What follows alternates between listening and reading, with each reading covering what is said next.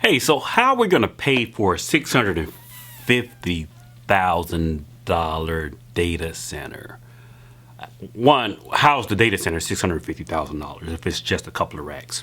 So we're planning on putting the data center in Silicon Valley or having at least the studio in Silicon Valley.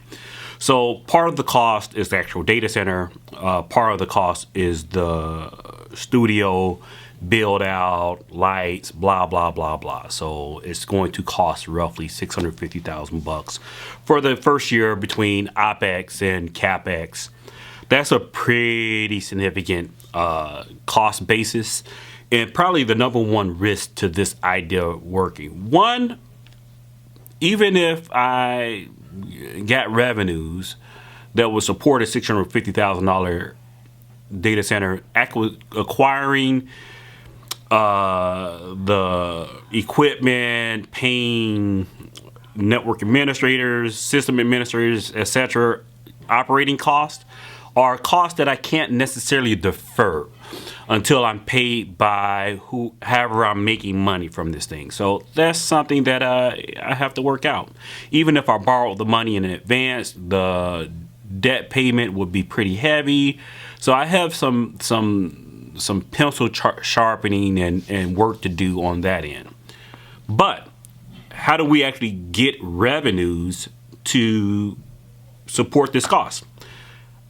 It's this video. As much as I like this actor, he's played in some tremendous roles, from James Bond to Martin Luther King to role in Shaft. Excellent actor. However, I don't know if his talking about Dell Technology Cloud actually resonates with me.